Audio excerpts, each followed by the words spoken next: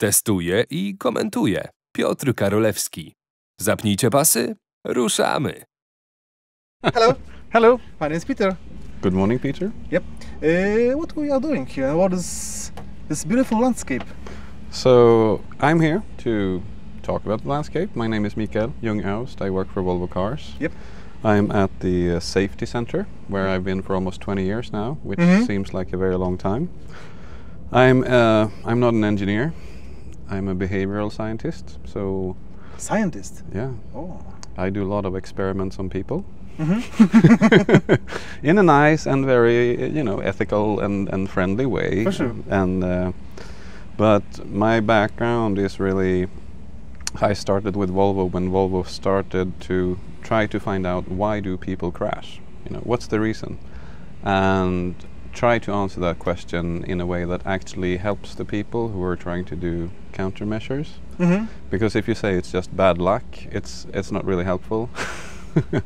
But if you say it's actually, you were looking in the wrong place at the wrong time, that we can do something about. Then we can bring attention back to the right place. So accident research, human factor studies, driving simulators, scaring people, Okay. that kind of thing. And everything is located in Göteborg. Gothenburg, yes. Okay. Come and visit sometime. We have good place. Yep. But we come here due to Volvo XC90. EX90. I Yeah, hope. so you can check something about this car, the safety, the systems, the Yeah. infotainment, all stuff, electronic stuff inside the car. Sure.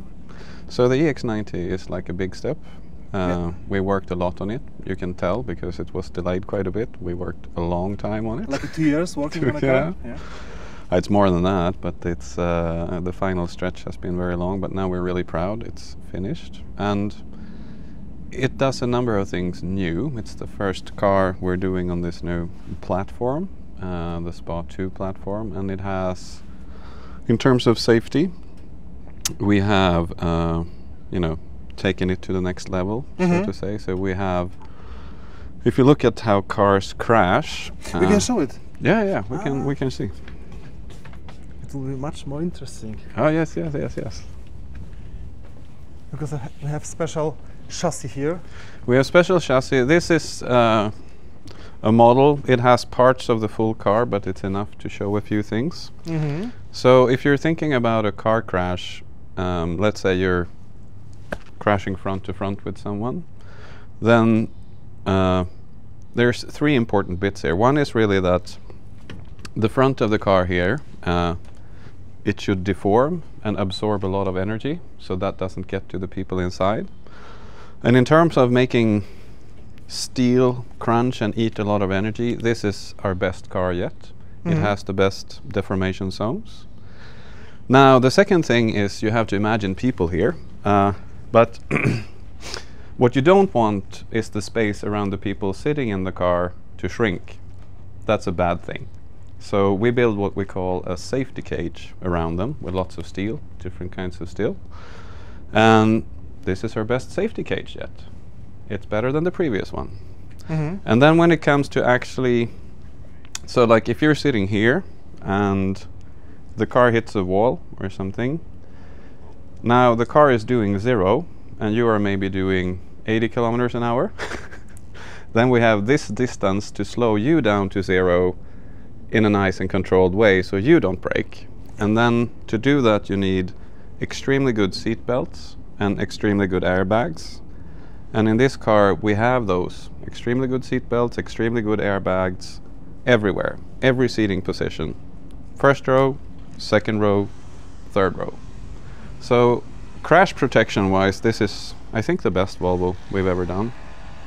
We always say that, but it's actually true. And then we have the active safety stuff. We can go over to the next car to look at that, because in terms of actually protecting people, the best way to do that is to not crash at all. And then to do that, you have to have ways for the car to see the world so it can figure out what's in there. We have on this car our best and most complete sensor set yet. Key feature being the LiDAR, which you have up here. But there's also a bunch of cameras looking everywhere. There's a bunch of radars. There's like in every corner of the car there's a radar. There's a radar looking to the front, a long range one. There's a bunch of ultrasonics that look for things up close. Exactly. And why this lidar is outside in some kind of box, not under the windshield? Well, one is that you want the lidar to be high up, because it's like with humans, you can see better when the eyes are in your head compared to when they're in your knees. That's why most animals have the eyes on top. It's true. And also it makes it, you can see there's quite a few things here already. If you start to package more here, there's little space left. So that is the best position. And exterior design was a little hesitant at first. They were a little angry even, saying that we don't, you know, this is this nice smooth lines, we don't want to break those. But then they actually changed their mind, because they realized that, you know, new cars, they're becoming more similar for aerodynamic reasons. But something like this, it really shows it's a new car. Like, this was not on cars before. So for us, it's pretty much one of these like cool design things. You know, this is a Volvo, a new one, and you can recognize it instantly. So, design feature now. Yep. When they changed their mind.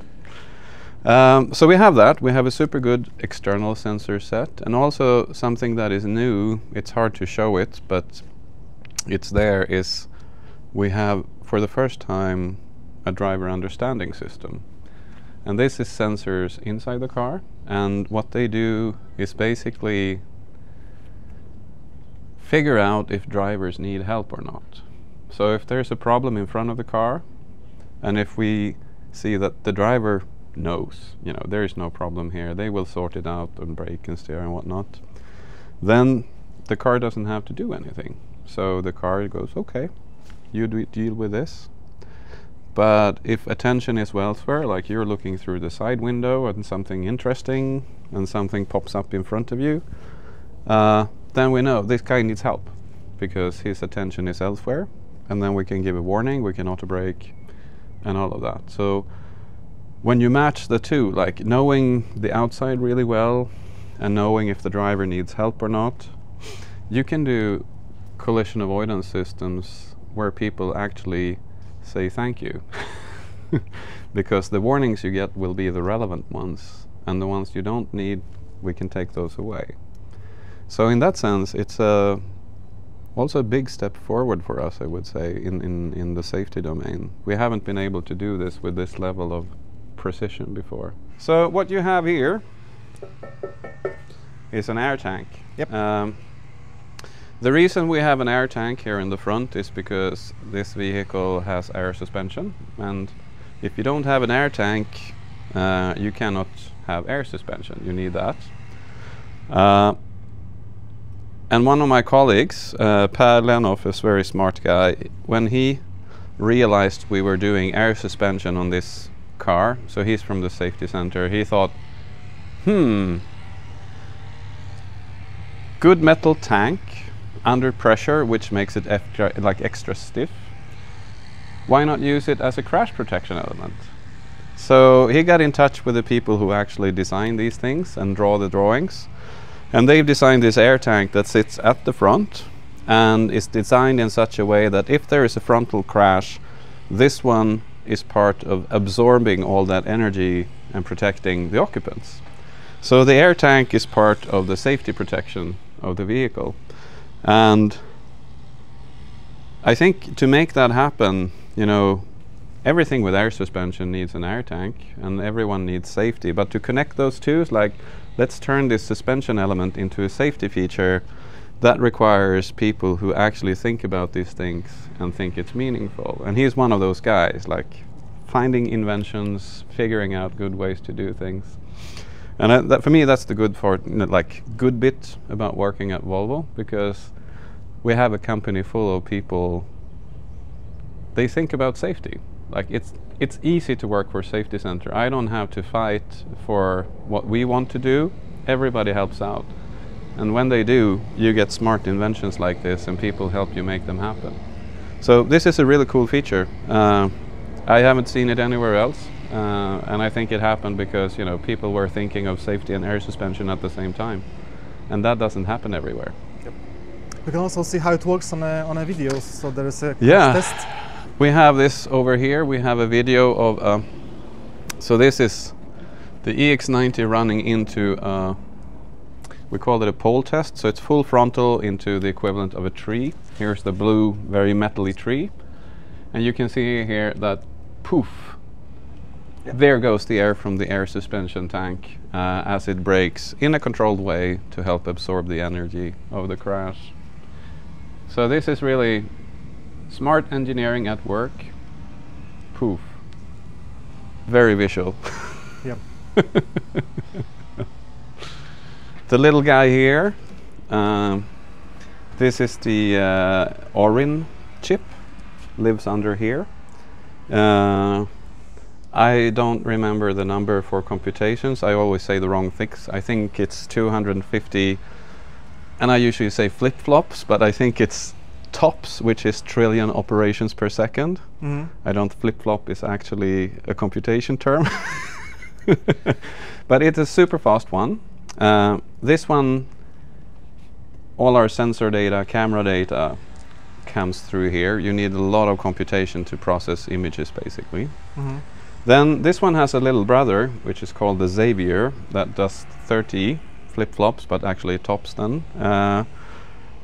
That chip runs like the whole base car, like the energy management, active safety system, steering control, all of that. And then we have a third chip, which is the one over here. This little guy here. This is a Snapdragon chip. And this one runs our infotainment platform. So everything you can see on screens and how the car is connected to the outside world and all of that. So, of course, when you design software for these three chips, you don't want that to be unstable or not work. So we do two things, you can say. One is like compartmentalization. So, if this handles your screens, if they go black for some weird reason, it doesn't affect the base stability of the car, which is on another chip, and it doesn't affect the sensors, which are on another chip. That was my question, because in some brands we can notice that if something breaks in a multimedia or some in a car, let's say, technology, it avoids to the safety, for instance, to the assistance. Everything breaks. So we've tried to avoid that by creating, independency, different chips, different. And then there's another also. In software engineering, when you do safety critical systems like airplanes, for example, you don't want a blue screen or controls missing in a Boeing, for example. Try to restart. Then, no resets mid-air. Please restart the engines. Please reboot. Now, but then you realize they've done a little bit the same thing as we are doing, because if you have something safety critical, there's actually standards for how you design that and build in redundancy and make sure it always works, so it doesn't fail if it's safety critical. And those are called, for example, ASIL classification. So if you have something that really needs to work, you make it an ASIL D classification, and then you build and test to that specification. So things that can't go wrong needs to be built to ASIL D specification. And then there's like lower levels. If it's less critical, you don't have to be as rigorous. So higher the ASIL, the more complicated development. The lower, the more like you can be a little like, okay, it kind of works. So in an airplane, what you'll notice is that it stays in the air. So so the important bits, they are ASIL D. They don't go down. They work. But if you're the passenger, sometimes your screen flickers, or you get sent back to a home screen, or your screen dies when you're in the passenger seat, because the infotainment system isn't safety critical. So you can actually spend a little less time and effort on that because it doesn't affect the safety of the car. Now, of course, if you're the driver or the passenger, having a screen go black or something like that, it's not a nice experience. It's not really premium. It doesn't feel good. For sure. So we try to avoid that and try to design that away. But for those systems that are not safety critical, there's no impact on the safety of the car. It's just a bad user experience, and we don't want that. We're premium. We should be cool, and everything should be smooth. So we have the compartmentalization. We put ASIL high levels on the stuff that needs to work, and so it's safe. But we do have software has been super challenging for this car because we're moving from this old school to new school. It's been a huge learning experience. We still have, 1 or 2 software development loops before it's actually ready for, putting in customer cars and delivering out the door. Always fine-tuning that last little bit, but we're pretty confident we'll actually finish and get something great done. Is that true that when you don't fasten your seatbelts, the airbag will not work? Is that true? No, airbags will trigger. Work. Here in the US, there is actually a legal requirement that you should have airbags when you're not belted. Yeah. So we designed the cars. We prefer by a huge margin to have the seatbelt on because safety is so much easier to get done right when the seatbelt on. But no, the airbags will deploy. But in US, you need to test the cars. How the airbag works when somebody is not belted. Belted, yeah? Yeah, it's part of so-called certification testing. Like you can't sell the car unless you can show you have done these tests. Oh, yeah, it's super stupid to not fasten the seatbelts in a new car. Yeah, but in US, everything is different. As we noticed. People are behave in different ways, and our job. Our job is not really to judge people, it's to keep them safe. Yeah. So even if you think something is stupid, it doesn't mean you shouldn't protect them, right? For sure. So you have to keep that thought like that was stupid, like, yeah, let's lock that away for professional purposes. You can come back to that at night and if you have thoughts of people, but for professional purpose, everyone deserves as good protection as we can give them. Okay, so now we can just take a look on the mannequin. What is his name? Well, meet Mr. 96. 96, yeah. And the child? This is child 23. number 23. Okay. We don't speculate in the biological relation, if there is any. But no, this is our crash test dummies. This is a child one. It's a lot heavier than a normal child. It does have a lot of sensors inside that tells us, what forces are you experiencing when you're in a crash. And these we are using to make sure that, this whole portion, when we're slowing people down with seat belts and airbags, that we do that in a way so that you don't get injured, or that the forces you are experience are like as good as they can be given the situation. So we have a whole family down in the basement. There's all kinds of crash test dummies. They are all very, very specific measurement devices. It's almost like we could have used other things, but it's convenient to put these measurement devices in humanoid shapes. But they're kind of cute. But also in a Volvo car you can find those jump seats on for the child. So yeah, it's also tested in a crash test with a child. Yeah, we test all of those things in our crash tests, and the booster cushions are really good. We recommend those, and we have lots and lots of information on child safety.